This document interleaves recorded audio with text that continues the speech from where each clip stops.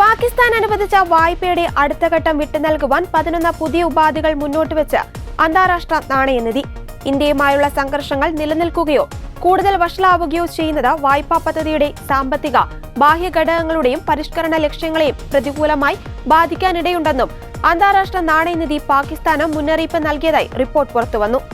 17.6 ലക്ഷം കോടി രൂപയുടെ പുതിയ budget parliament അംഗീകരിക്കുക, വൈദ്യുതി ബില്ലുകളിലെ ബാധ്യതകളുടെ സർചാർജിൽ വർധനവ് നടപ്പാക്കുക, 3 വർഷത്തിൽ കൂടുതൽ പഴക്കമുള്ള ഉപയോഗിച്ച കരാറുകളുടെ ഇറക്കുമതിയിലെ നിയന്ത്രണങ്ങൾ ഒഴിവാക്കുക തുടങ്ങിയവ അന്താരാഷ്ട്ര നാണയനിധി ശനിയാഴ്ച പുറത്തിറക്കിയ പുതിയ ഉപാധികളിൽ ഉൾപ്പെടുന്നതായി ദ എക്സ്പ്രസ് ട്രിബ്യൂൺ റിപ്പോർട്ട് ചെയ്തു.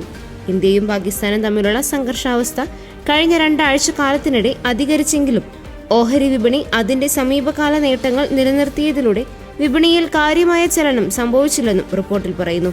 അടുത്ത സാമ്പത്തിക വർഷത്തെ പാകിസ്ഥാന്റെ പ്രതിരോധ ബജറ്റ് 2.4 ലക്ഷം കോടി രൂപ ആണെന്നും IMFന്റെ റിപ്പോർട്ടിലുണ്ട്.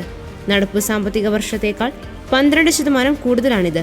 മെയ് ആദ്യം ഇന്ത്യയുമായുള്ള ഏറ്റുമുട്ടലിന് ശേഷം പ്രതിരോധ ബജറ്റിനായി 2.5 ട്രില്യൺ അനുവദിക്കുമെന്ന് പാകിസ്ഥാൻ സൂചിപ്പിച്ചിരുന്നു.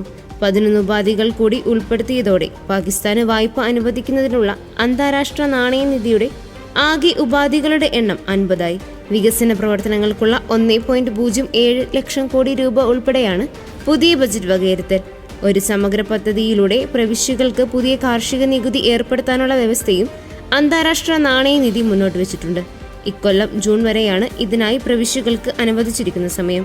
അന്താരാഷ്ട്ര നാണയനിധിയുടെ ഗവേൺസ് ഡയഗ്നോസ്റ്റിക് അസസ്മെന്റിന്റെ ശുപാർശകൾ അടിസ്ഥാനമാക്കി ഭരണ നടപടി സംബന്ധിച്ച രൂപരേഖ സർക്കാർ പുറത്തിറക്കണമെന്നും പുതിയ ഉപാധികളിൽ പറയുന്നുണ്ട്.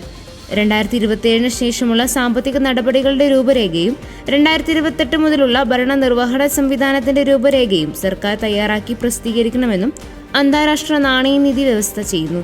പാചകവാതകം ഉൾപ്പെടെ ഊർജ്ജ മേഖലയിൽ പുതിയ തീരുവ നടപ്പിലാക്കണമെന്നും സർക്കാരിന് നിർദ്ദേശമുണ്ട്. പുതിയ തീരുവകൾ സംബന്ധിച്ച് പുതിയ നിയമം കൊണ്ടുവരണമെന്നും ഉപാധികളിൽ പറയുന്നു.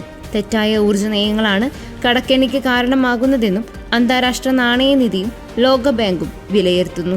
2035ഓടെ സ്പെഷ്യൽ ടെക്നോളജി സോണുകളുമായും മറ്റ് വ്യവസായ പാർക്കുകളുമായും ബന്ധപ്പെട്ട എല്ലാ ആനുകൂല്യങ്ങളും പൂർണ്ണമായും നിർത്തലാക്കാനുള്ള പദ്ധതി പാകിസ്ഥാൻ തയ്യാറാക്കണമെന്നും അന്താരാഷ്ട്ര നാണയനിധി നിർദ്ദേശിച്ചിട്ടുണ്ട്. ഇത് സംബന്ധിച്ച റിപ്പോർട്ട് ഇക്കൊല്ലം അവസാനത്തോടെ തയ്യാറാക്കി നൽകണം.